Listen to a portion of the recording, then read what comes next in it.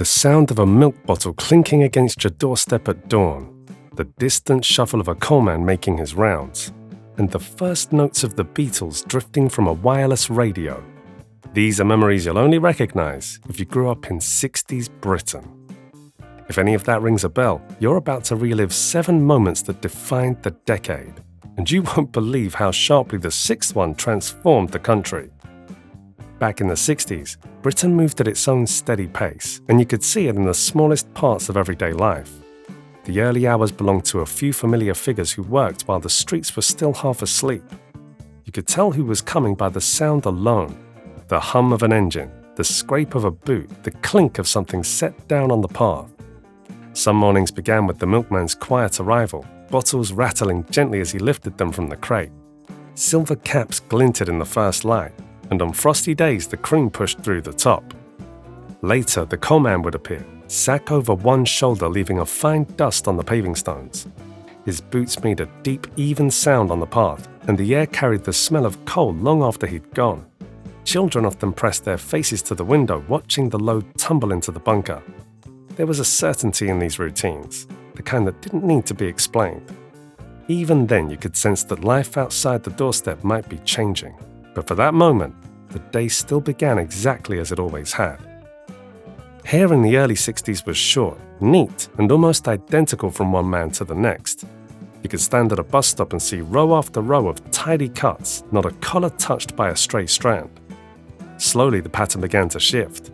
Fringes crept lower, sideburns thickened, and styles once reserved for magazine pages started showing up in the streets. You could spot the difference first in the cities, often among the younger crowd, before it made its way into smaller towns. At home, mothers would mention the barber and sons would casually delay another week. Barbers noticed it too. Fewer trims and requests for something a bit longer.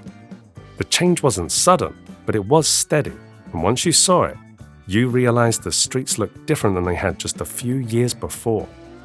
Walking down the same high street, you could measure time in haircuts alone. Each new fringe or fuller sideburn hinted at a quiet, confidence-taking route, a sign that people were beginning to shape their look rather than inherit it. The middle of the 60s saw Britain's bands step onto the world stage in a way that hadn't happened before. You could walk past a record shop and hear the latest singles spilling out onto the pavement, the sleeve in the window showing a group with sharp suits, high collars, and a look that suggested they already knew they were making history. The Beatles, the Rolling Stones, the Kinks and the Who blasted through the airwaves, guitars loud and urgent, their choruses clinging to you after a single play, the kind you couldn't quite shake.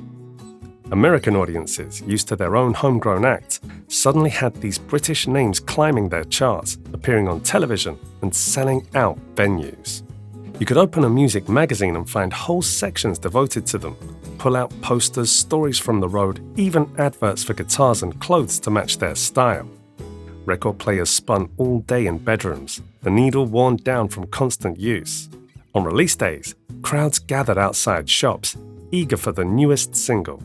In town, teenagers walked the streets holding paper bags from the record store, carefully clutching their latest purchase like it was a prized possession. While the music shifted the sound of the decade, the look of it was being rewritten too. You could step into Carnaby Street and see shop windows bursting with color, lime green jackets, patterned shirts, and trousers cut slimmer than most men had ever worn. Velvet blazers hung beside paisley cravats, and displays were lit to make the fabric shine under the glass. The peacock revolution encouraged bolder choices, drawing on Edwardian shapes but cutting them for a sharper modern fit. Designers like Michael Fish offered shirts with wide collars and floral prints, while shops like Lord John piled their shelves with clothes that made the traditional suit look almost old-fashioned overnight. You could see young men walking out of these boutiques with bags in hand, already wearing their new scarf, or swapping into a jacket before they reached the end of the street. The pavements became a moving display of the latest looks. Cuban-heeled boots clicking on the stones, patterned silk catching the light, and hair styled just as carefully as the clothes. Even in the evening, shop fronts stayed lit, drawing late shoppers to stop and look, the reflections in the glass mixing the watches with the mannequins on display. By the mid-60s, London had become a centre of style, drawing people from across the country and beyond. You could step off the tube at Oxford Circus and follow the sound of music and conversation down to Carnaby Street. The narrow road was packed with shoppers and onlookers, each passing a row of boutiques where new designs were displayed in brightly lit windows. Some shops showed rails of sharp-cut jackets. Others lined their walls with patterned shirts in colours that caught the light. Mary Quant's miniskirts and John Stevens' mod tailoring pulled in customers looking for something they couldn't find back home. The pavements were lined with tourists and locals, stopping to watch as the latest trends walked past in real time.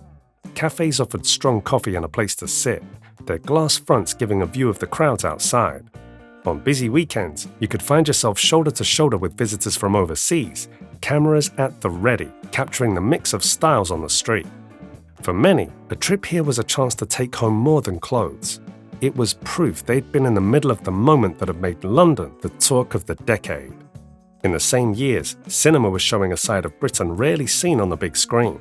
You could take your seat and watch characters speaking with regional accents, living in flats that looked like the ones on your own street. Kitchen sink dramas told stories about working life, family tensions, and hopes that often came up against harsh realities. Films like Saturday Night and Sunday Morning and A Taste of Honey put familiar settings into focus: factory gates, terraced houses, and corner pubs. On television, That Was the Week That Was went out late on Saturday nights with sketches and songs that pulled apart the week's news. The humour was sharp and often aimed at those in power, something audiences hadn't seen before. Families might stay up to watch, then talk about the show long after it ended.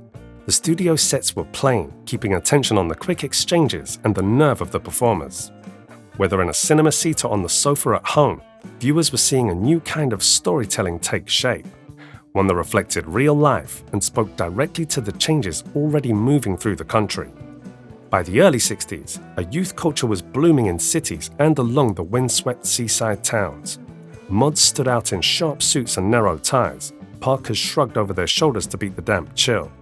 Their scooters, Vespas or Lambrettas, gleamed with mirrors and chrome, parked in uneven rows outside cafes where the jukebox crackled, cups rattled in saucers, and chatter mingled with the cooling tick of idling engines.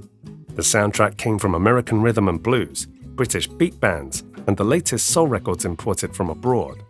In places like London's Soho, Brighton's Seafront, and the clubs of Manchester, you could walk in and find the floor packed, the air thick with cigarette smoke, and the sound of feet keeping time to the beat. Weekends were for meeting up, talking clothes, comparing the latest music, and planning the next ride out along the coast. When bank holiday weekends came, the scooters travelled in groups, filling the roads with the sound of engines and laughter. For the mods, style and music were inseparable from the thrill of movement, the freedom to ride through city streets or along the coast, deciding where to spend the night and who to spend it with. Their influence shaped fashion, nightlife, and the look of the decade. These 7 memories are part of everyday life in 1960s Britain, remembered by those who were there and still recognized in the clothes, music, and meeting places that have endured. If you were around in the 60s, they still echo in your mind.